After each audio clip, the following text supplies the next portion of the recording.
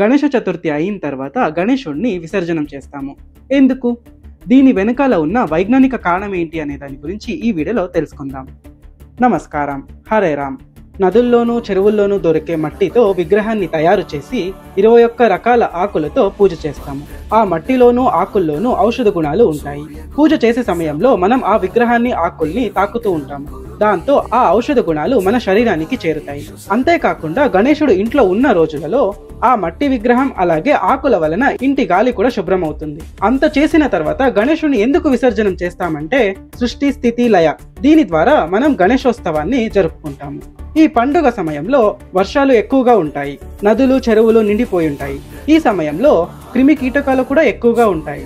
మనం విసర్జనం చేసే సమయంలో విగ్రహంతో పాటు ఔషధ గుణాలున్న ఆకులు కూడా నీటిలో వదులుతాము. దానివల్ల నీరు కూడా శుభ్రం అవుతుంది. కానీ ఇప్పుడు అనేక గణేశ విగ్రహాలను రసాయనాలతో తయారు చేస్తున్నారు. వాటి వల్ల నీరు కలుషితం అవుతోంది. నీటిలో జీవించే అనేక జంతువులు నాశనం అవుతున్నాయి.